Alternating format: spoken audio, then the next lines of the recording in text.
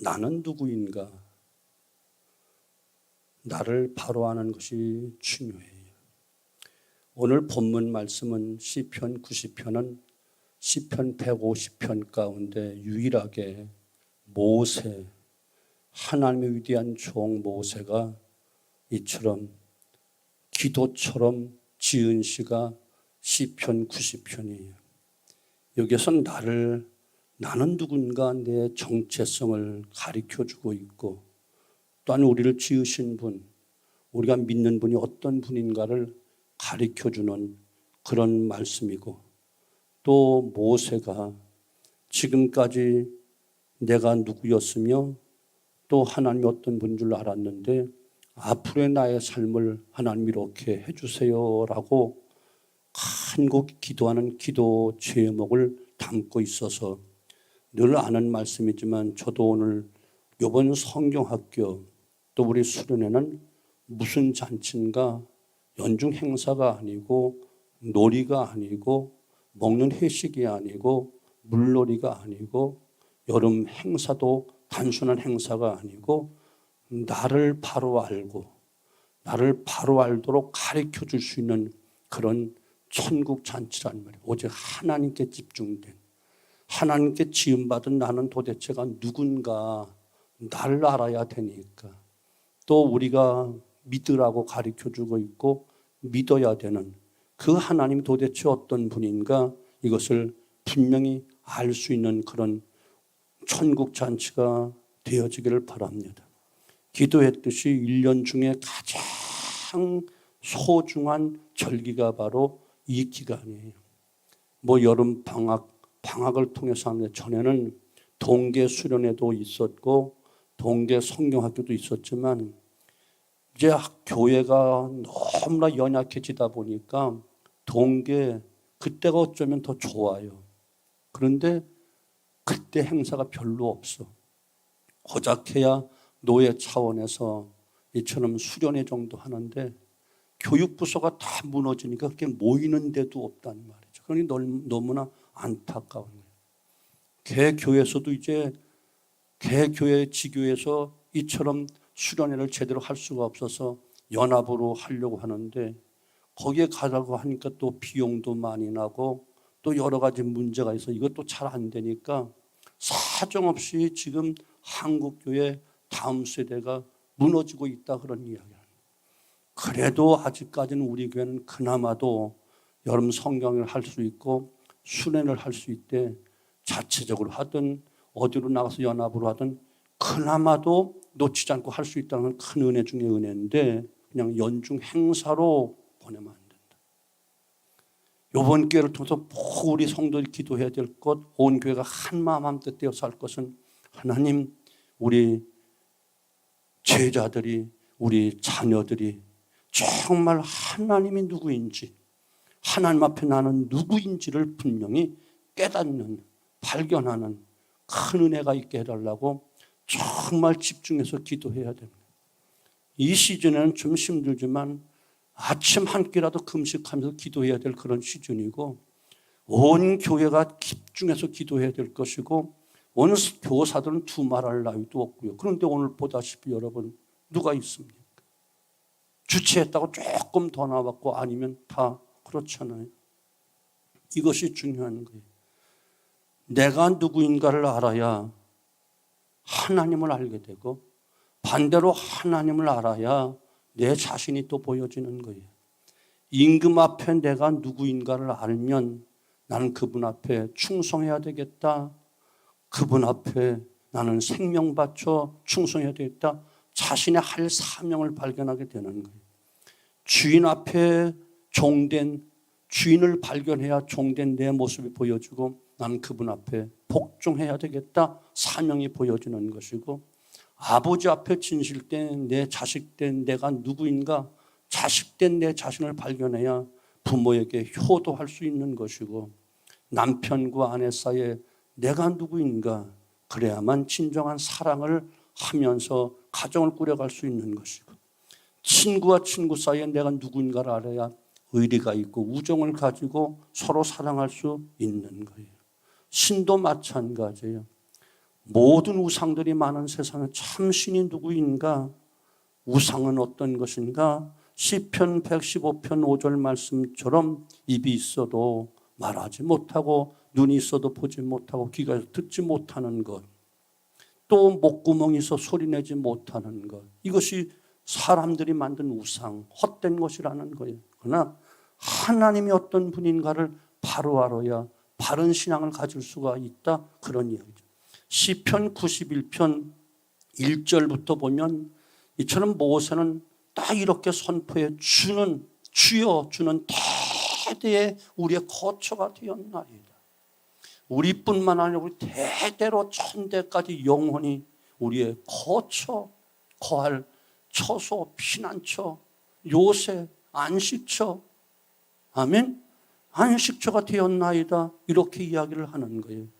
1절부터 2절까지 보면 대대로 계신 분, 아브람 때도 그 하나님이었고 오늘도 그 하나님이었고, 오늘도 우리가 믿는 하나님이 바로 그 하나님이 우리 자손 천대 지난 다음 그때도 여전히 대대로 계신 하나님이라고 말씀하고 있고, 산이 생기기 전, 땅이 생기기 전, 세계도 다 생기기 전 모든 천지 만물을 지으신 창조주 하나님이시다, 이것을 선포하고 있는 것이고, 자존하신 하나님, 누가 지어서 낳아서 계신 분이 아니고 스스로 계신 자존하신 하나님, 오직 유일하신 참 신이신 하나님을 분명히 선포하고 있는 거예요.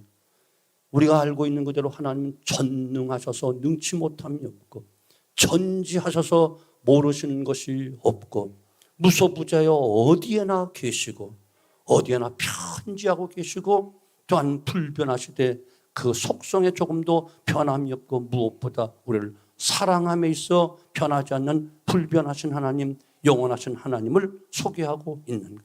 이분이 바로 우리가 믿고 있는 하나님, 우리 자녀들에게 이 하나님을 가르쳐줘야 될 사명이 부모들이 있는 것이고, 이 하나님을 가르쳐줘야 될 사명이 우리 교사들에게 있는 거예요. 노래 몇 곡 가르쳐주는 것이 아니에요. 율동 몇 곡 가르쳐주는 게 아니에요. 무엇을 시시때때로 먹일까가 아니에요. 물놀이로 어디를 갈까가 아니에요. 어떻게든지 이 하나님을 정확하게 가르쳐줘야 된다. 그리고 그 하나님 앞에 나는 도대체 누구냐, 이것을 가르쳐줘야 된다고. 3절 이하에 보면 우리 인생, 우리 자녀들, 또한 우리는 어떤 것인가? 티끌 같은 인생이다. 티끌이에요, 티끌. 흙이요 먼지요, 애당초 그렇게 지었어요. 밤에 한 경점 같다. 잠깐 자는 것 같은 게 인생. 뭐 백수를 산다 할지라도 영원한 세계에 비한다고 한다면 잠깐 자는 것처럼 순식간에 지나가는 인생이 바로 우리 인생이다. 무엇을 가졌다, 무엇을 했다 큰 소리 쳐봤자 눈 깜빡할 사이에 사라질 수밖에 없는 인생, 티끌 같은 인생. 요즘 장마철이죠. 홍수에 쓸려 지나가는 한순간에 거대한 그저 산이 무너져 산사태가 나고 거대한 건물이 무너져서 저 붕괴되는 것처럼 홍수에 쓸려가는 인생. 70년, 80년, 100년 내가 이런 기업을 이루었다, 이만큼 많이 지식을 가졌다, 이만큼 업적을 가졌다, 천만의 말씀 한순간에 쓸려갈 수밖에 없는 홍수에 쓸려가는 인생. 5절 말씀이에요. 풀 같은 인생. 장마철에 비가 오니까 쑥 자라지요. 근데 저녁 때 보니까 이게 웬일이야, 이렇게 풀이 많이 자라서 쑥 뽑아버리면 뽑히는 인생, 베어버리면 베어지는 인생. 이것이 인생이라니까요. 그런데 그나마도 죄인된 인생이라 죄로 번복이 되어 있다. 구원의 여망이 전혀 없는 인생이라는 거예요. 아침 안개 같은 인생이라는 거예요. 근데 오늘 10절 말씀 보니까 그나마도 티끌 같은 인생이요, 밤이 한 경점 같은 인생이요, 홍수에 쓸려가는 인생이요, 풀 같은 인생이요. 그런데 그 인생도 그나마 슬픔과 수고로 번복되고 점철된 그런 삶을 살아가는 인생이라는 거예요.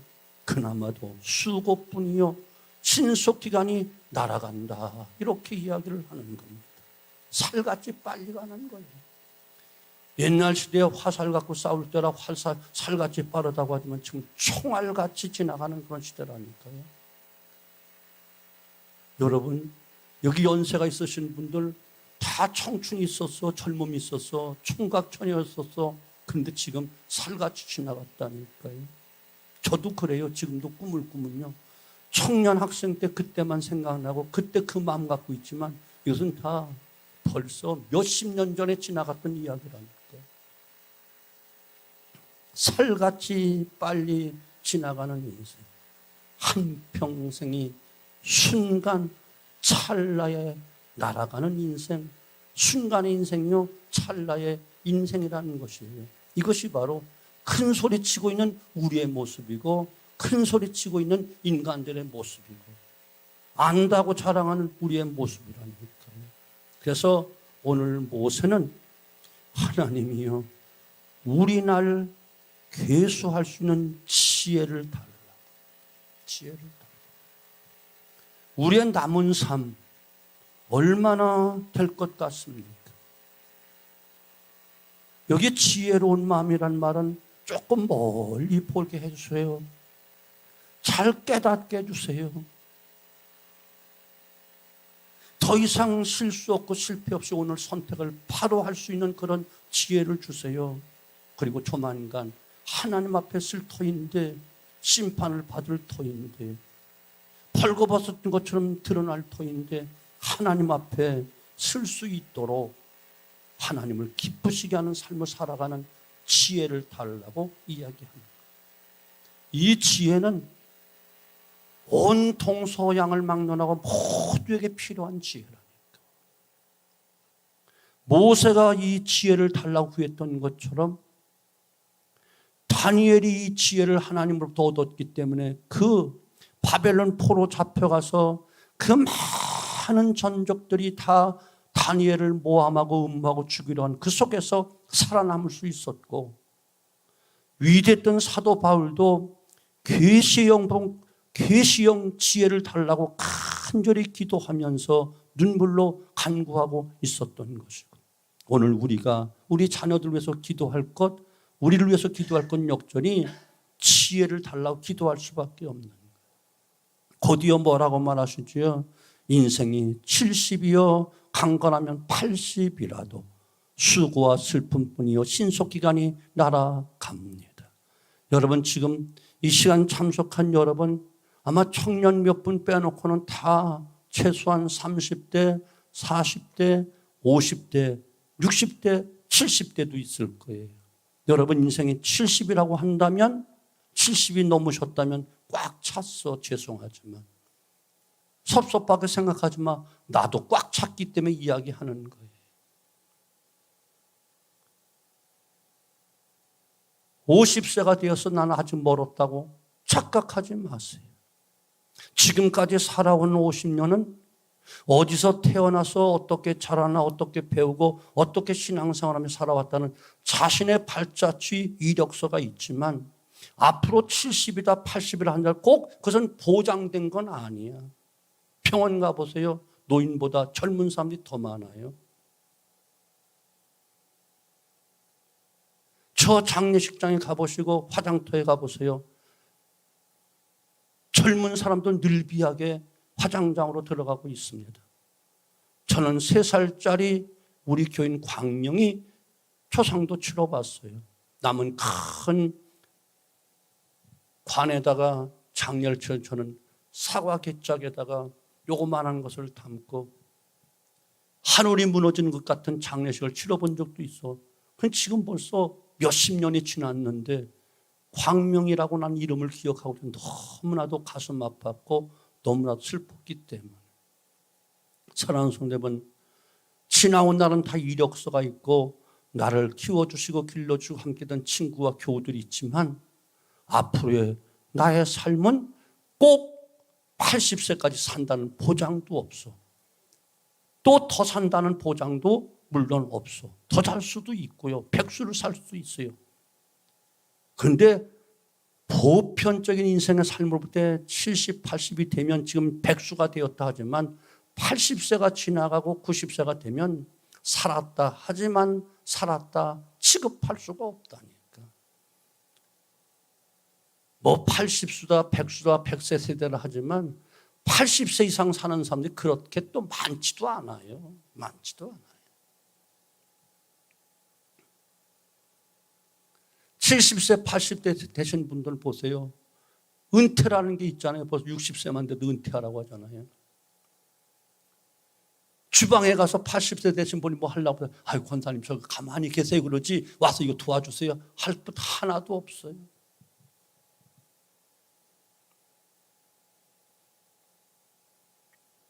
우리날 괴수하는 지혜를 하나님 내가 새벽부터 밤늦게까지 아웅다웅하고 돈 하고 돈 벌지만 돈 벌다가 내 병 들고 나니 이 병 고치려고 돈 하던 거 다 쏟아붓고 눈물 흘리고 고통만 당하고 쓸려가는 홍수에 쓸려가는 한 지푸라기처럼 초라한 어떤 나무 토막처럼 쓸려갈 수밖에 없는 것이 인생이라니까요. 자, 조금 멀리 보십시오. 30년 후에 내가 어디에 있을 것인가? 50년 후에 내가 어디에 있을 것인가? 50년 후로 보면 딱 여기 7분밖에 없네.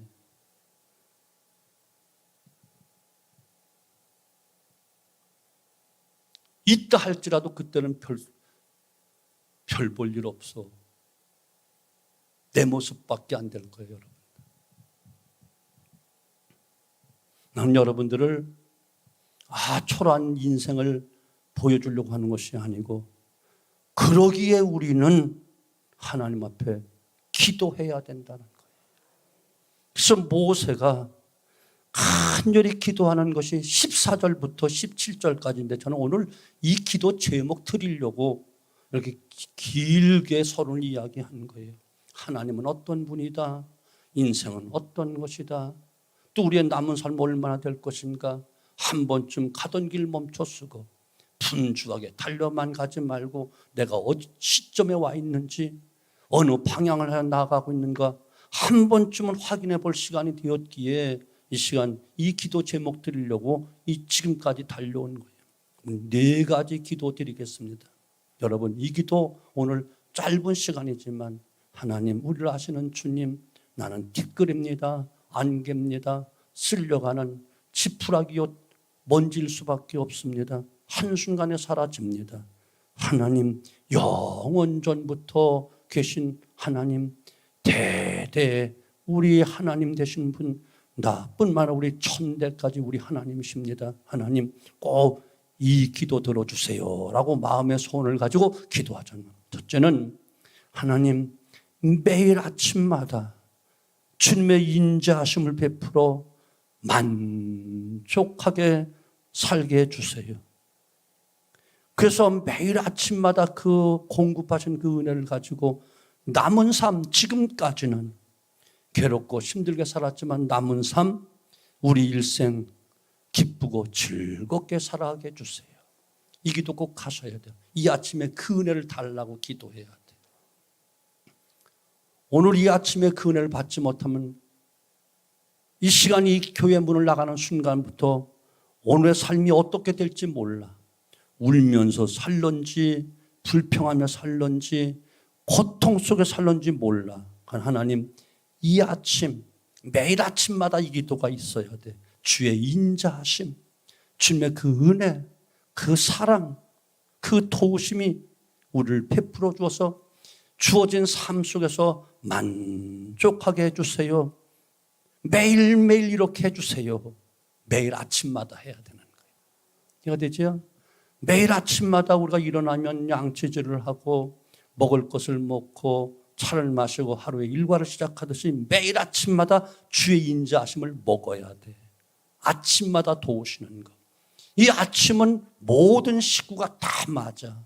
갓난아이도 학생도 청년도 남편도 할아버지도 다 아침을 맞기 때문에 폭넓게 기도한다면 여러분 우리 온 가족들에게 우리 아버지에게 우리 엄마에게 우리 자녀에게 인자를 베풀어 주세요. 인자라는 말은 주님의 그 사랑을 베풀어 달라는 거예요. 본질에서 나오는 그 사랑, 흔들리지 않는 사랑, 형편과 사정, 우리의 또 어떤 행동에 따라 달라지는 그 사랑 말고 독생자들까지도 내어줬던 그 본질의 사랑을 오늘도 허락해 주어서 잘못된 것이 있다면 라임의 은혜를 허락해서 다 용서해 주시고, 아멘. 또한 우리의 필요에 따라서 이 아침에 헨의 은혜를 베풀어 눈높이에 맞춰 필요한 것을 채워주시고, 헤세드의 그 은혜로 그 본질에서 나오는 그 사랑으로 진노하지 마시고 지난밤 꿈속에서라도 잘못된 거 용서해 주시고 본질에서 나오는 독생자들까지 다 내어주신 그 사랑을 매일 아침마다 내 자신과 우리 가족들, 시간이 되면 식구 다 불러가면서 조금 폭넓게 기도한다면, 더 기도 좀 하시고 제대로 하신다면 우리 교회 온 성도들, 담임 목사님을 비롯한 장로님들과 지체들을 위해서 조금 더 폭넓게 기도한다면 이 나라, 이 민족에게 하나님 이 아침에 인자를 베풀어 주옵소서. 나라가 평안해야 우리 교회도 우리 삶도 편안할 수 있습니다. 매일 아침마다 눈을 뜰 때마다 주의 인자하심을 베풀어 주옵소서. 어느 순간 주의 진노가 임한다면 안 되잖아요. 화가 임한다면 안 되잖아요. 죽음의 재앙이 들어온다면 안 되잖아요. 실패의 어려움이 들어오면 안 되잖아요. 그 인자하심, 정확하게 말하면 잘못된 건 용서하시는 사제 라임의 은혜라고 이야기하는 거예요. 또 눈높이, 식구들 눈높이에 맞춰서 아이는 아이대로, 남편은 남편, 아빠는 아빠대로 그 눈높이에 맞춰, 직장에서의 그 눈높이에 맞춰, 가정주부의 눈높이에 맞춰, 공부한 학생들 눈높이에 맞춰 그 인자하심을 베풀어 주세요. 어떤 환경과 어떤 곳에 사람들처럼 흔들리지 마시고 하나님, 그 본질, 하나님 본질은 사랑이니까 거기서 나오는 그것 주세요. 우리처럼 한순간 화가 확 나서 진노로 확 쓸어버리면 죽잖아요. 심판받자는 거니까 그 본질의 그 사랑으로 우리에게 은혜를 베풀어 주세요. 이 기도 꼭 하셔야 되는 거예요. 두 번째, 하나님 인자를 베풀어 주시되 지난날 내가 어떻게 산 거 아시잖아요. 지금 내가 어떻게 사는 거 아시잖아요. 얼마나 힘들게 살은 것, 고통스럽게 살은 것, 화를 당한 것, 어려움을 당한 것 아시잖아요. 지난날 내가 괴롭고 화를 당한 연수대로 남은 삶 소급해서 다 채워주세요. 잃어버린 건강 채워주시고요. 잃어버린 물질 채워주시고요. 잃어버린 영성 채워주시고요. 잃어버렸던 즐거움 채워주시고 우리 가정의 평안도 채워주시고 행복도 채워주세요. 요즘 부부간에 그렇고 부모 자식지간에 너무 어려운 세상을 살다 보니까 다 가정의 사랑에 식어졌는데, 처음 부부가 만났을 때, 처음 이 아들 딸을 만나서 이 땅에 태어났을 때 그때 즐거웠었는데 그것은 잠깐이요. 살다 보니까 오히려 고통이요, 슬픔이, 어려움인데 애당초 하나님이 원하신 것은 이거 아니었잖아요. 그러니 소급해서 다 갚아주세요. 아멘. 곱배기로 갚아주세요. 그래야만 70세, 80대 되신 분들이 청춘을 살 수가 있어. 갚아주셔야. 이대로만 가면 쭈그러져. 바로 내일 아침에 쓰러져. 40대 때, 30대 때 그때도 고통당했던 것 이제 소급해서 해줘야 그때 청춘을 살아간다니까. 마치 독수리 날개침 같이. 독수리는 장수하는 새인데 어느 순간 한 100년 살다가 깃털이고 불이고 다 빠져가지고 다시 돋아나서 또 오래 사는 새래. 그게 독수리 날개치면 꼭 노인들이 꼭 이 기도 꼭 해야 돼. 나는 이 모세 기도문을 굉장히 좋아합니다. 왜? 나는 지금까지 늙고 병들고 새아이였습니다. 화를 당하고 고통을 당하고 실패도 했고 어려움도 당했고 많은 고통 당하고, 여기서 하나님 다 소급해서 청춘으로 살게 해주세요. 새롭게 살게, 새로운 비전을 갖고 살게, 새로운 꿈을 갖고 살게 해주세요. 새로운 희망을 가지고 힘차게 살게 해주세요. 매일 아침마다 이 기도를 하는 거예요. 아멘. 세 번째, 주님, 이 놀라운 하나님의 그 영광을 우리 자손들에게 주세요. 우리 자녀들에게 주세요. 내가 가르치는 제자들에게 주세요. 다음 세대에 주세요. 차세대에 주세요. 천대까지 주세요. 폭넓게 기도하자고요. 아멘. 자녀들 위해서 반드시 주의 영광을 더딥혀 주셔야 돼. 아멘. 그 영광을 더딥혀 주지 아니하면 악한 마귀가 날카로운 발톱을 가지고 우리 자녀들을 핥힌다니까. 옛불 가진 악한 사탄이 그 날카로운 옛불로 찍어버린다니까. 하나님 그 영광으로 우리 자손을 다 감싸주시고 지켜줘요. 악한 마귀 손을 못 대고 얼씬도 못하는 거라고. 이해가 되시죠? 그 영광 중에 가장 큰 영광이 무엇이야? 주님의 십자가의 그 보혈로 우리를 의롭다 하셨던 영광 아니겠어요? 자녀가 되는 권세를 주신 그 영광 아니겠어요? 하늘나라 기업을 주는 영광 아니겠어요? 우리 자녀들에게 하나님 이런 영광을 입혀달라고. 어린 양의 보혈로 덮어 악한 마귀가 손대지 못하게 하시고 영원한 천국의 소망을 가지고 힘차게 살게 하시니 영광을 터입혀 주세요. 아멘. 아멘. 마지막 한 가지, 하나님 은총을 내려주셔서 지금도 또 은혜를 베풀어 주어서 긍휼을 베풀어 줘서 아직 내가 하는 일 있잖아요. 이번 성경학교도 해야 되고요. 봉사도 해야 되고요. 아직도 남편 내줘야 되고요. 부모도 섬겨야 되고요. 자녀들도 길러야 됩니다. 내가 하는 일, 내가 하는 기도 견고하게 이루어지게 해주세요. 아직도 여러분 연세가 나름대로 하는 게 있잖아요. 그 견고하게 이루어져야 또 실패하면 안 되잖아. 나이 먹어서 일했는데, 나이 먹어서 어떤 직장 나이 먹어서 사업했는데 여기서 무너져봐. 다시 회복이 안 돼. 건강 여기서 무너져봐. 절대로 100% 회복은 없어. 그러니 하나님 은총을 내려주셔서 내가 지금 하는 모든 일, 기도하는 기도 제목이든 손대서 하는 사업이든 직장이든 사소한 가사일이든 다 손대하는 모든 일을 어떻게 다 더 견고하게 세워주세요. 기도 제목마다 꼭 견고하게 이루어주세요. 4가지 기억나시죠? 시험만 봐도 되죠?